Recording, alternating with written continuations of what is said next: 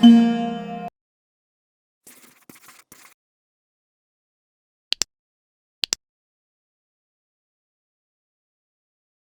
makes so many people are fascinated with Monet's Water Lilies series? Why even the French Prime Minister obsessed and being eternal supporter for Monet?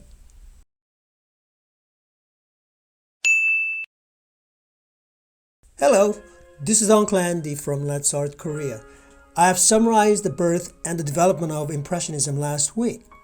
And today, I will talk about one of the most famous work and the leader of Impressionism, Claude Monet's Water Lilies. I have mentioned Go and Gauguin already in the past, so if you want to know more about them, go to the end of this video and find the link to them.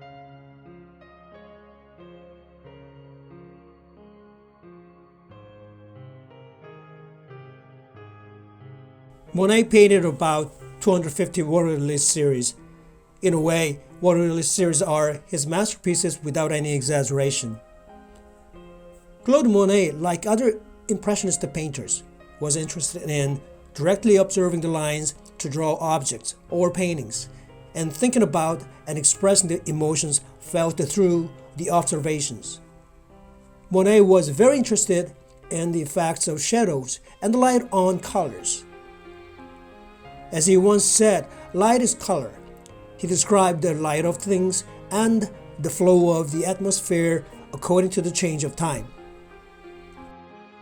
Who goes directly to the outdoors, called plein air, is famous for his series depicting haystacks, poplars, ruined cathedral, and water lilies.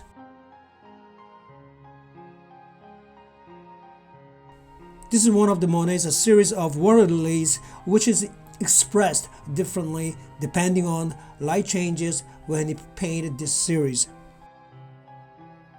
If you look closely at this work, you can feel his delicate and quick brush touch and mysterious colors. By the end of the 19th century, Monet visited various places and experimented with various methods to solve his interest and homework as a painter, trying to find his own color, light, and brush touch. At the end of the 19th century, Monet set up a garden and a pond in his house and found something sensational in it. This pond in Monet's garden was used as a very important place to observe and experiment for the next 30 years. It's very precious that this little pretty pond he created had all the stories he was looking for. Okay, shall we take a closer look at his works? He has painted over 250 paintings of Water Lilies series, and I found quite interesting that you might be interested. Number 1. Water Lilies is not a name of a single painting, but a name of a series of works.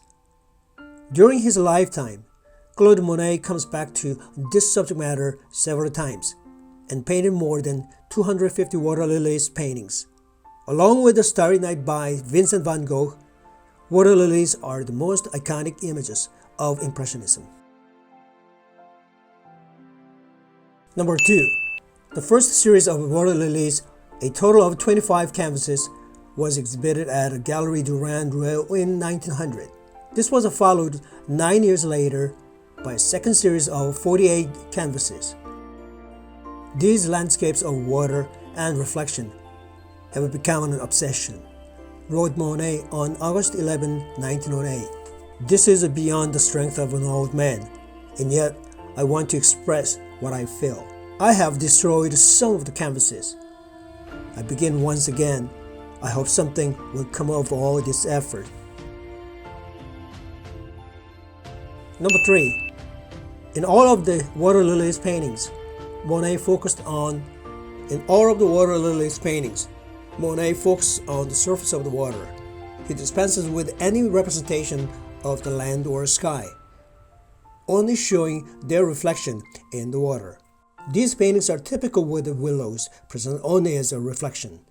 The sky, with its white clouds, is reflected in the water, so the blues of the sky and the blue of the water are one. Only the presence of water lilies helps the observer to understand that this is the reflection. Number 4. Monet painted the water lilies before he painted them. Monet organized his property at Giverny as though it were a huge painting.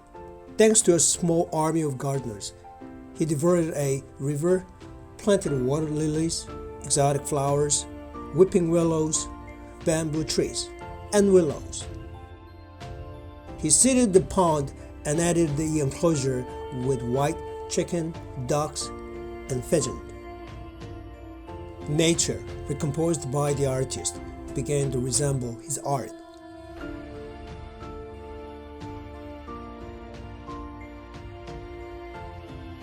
"My finest art masterpiece," he later said, "is my garden." Number 5. When Monet came back to his water lily paintings in 1914, following the death of his beloved wife Alice in 1911, he made some radical changes in his approach, mainly in the scale of the canvases.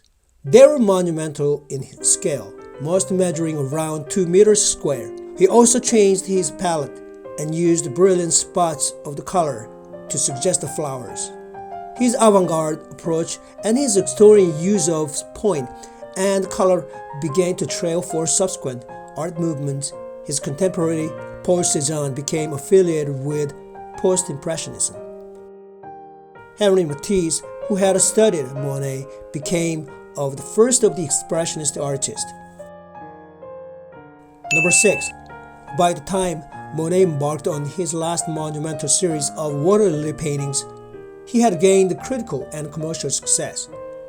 This gave the artist added freedom to explore motifs of his choice and paint to his own schedule. Although he returned again and again to the water lilies, it was a subject that caused him difficulties, and he worried about the paintings, often reworking them. Monet has focused on color. The clash of green trees as their reflection creeps into the violet blue depths of the pond's water. He has used a small essence of complementary reds, pinks, and yellows in the buds of the lilies that sit atop curiously, colorless lily pads using expressive but smooth brushwork. Number 7. French Prime Minister Clemenceau had always been a loyal supporter of Monet's work.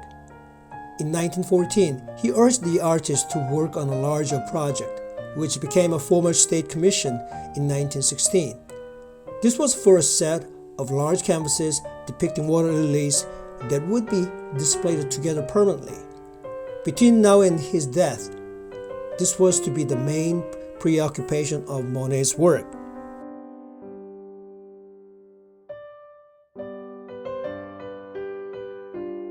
Number 8. At the age of 82, Monet discovered that he had a cataract.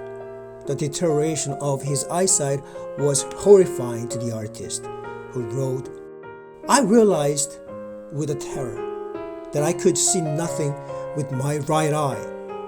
A doctor told me that I had a cataract and that the other eye was also slightly affected. Oh, it's in vain that they tell me it's not serious, that after the operation I will see as before. But I am very disturbed and anxious." In 1923, he was operated on 3 times to try and correct his right eye. The brilliant fiery reds and yellows of Water Lilies, Japanese Bridge 1923, are indicative of the impaired sight of the artist, seeing the bridge within a reduced palette. Yet it is the most evocative sum of color and light and composition, creating an overall startlingly emotive effect. Number 9.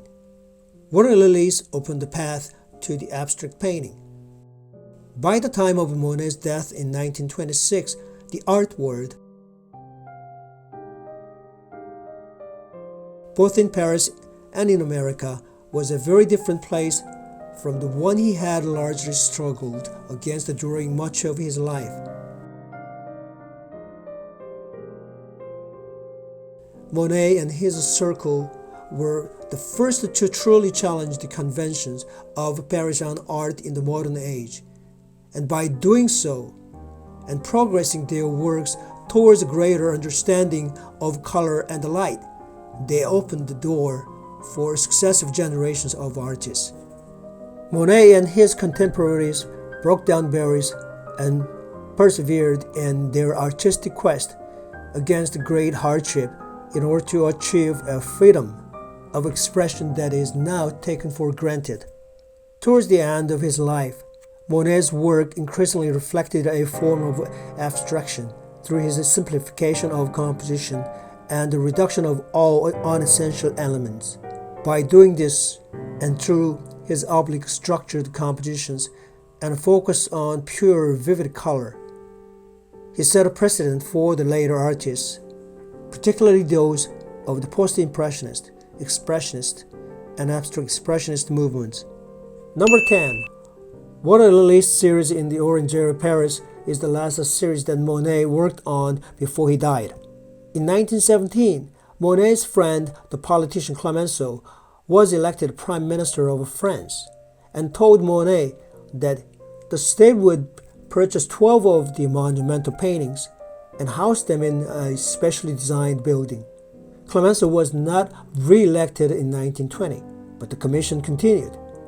And after extensive communications, it was decided to adopt the Orangerie in the Tuileries to create the space required to display Monet's works.